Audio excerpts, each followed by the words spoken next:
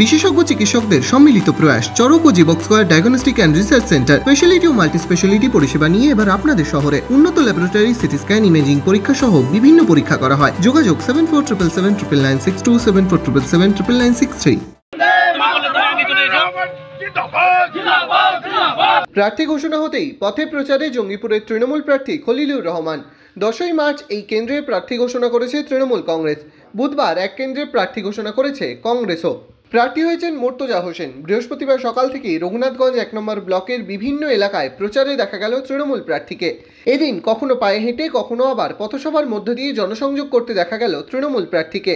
আজকে আমি অভূতপূর্ব খুব আনন্দিত এবং আমি রঘুনাথগঞ্জ বিধানসভাবাসীকে আমি ধন্যবাদ জানাই, যেভাবে আপনারা আজকে রাস্তায় বাড়ি থেকে বেরিয়ে এবং রাস্তায় উৎসাহিত করেছেন। এইটাই যেন আগামী 7ই মে আপনারা ইভিএমের মধ্যে দিয়ে আপনারা তৃণমূল কংগ্রেসে ভোট দিয়ে আমাদের পার্টিকে জেতাবেন, প্রার্থীকে জেতাবেন, আমি এই আহ্বান রাখছি। এই কেন্দ্রে তৃণমূল ও কংগ্রেস প্রার্থী ঘোষণা করলেও বিজেপি এখনো প্রার্থী ঘোষণা করেননি। কংগ্রেস প্রার্থী ঘোষণা করলেও এখনো তাকে সেইভাবে প্রচারে দেখা যায়নি। তবে প্রচারে নেমেছেন তৃণমূল প্রার্থী।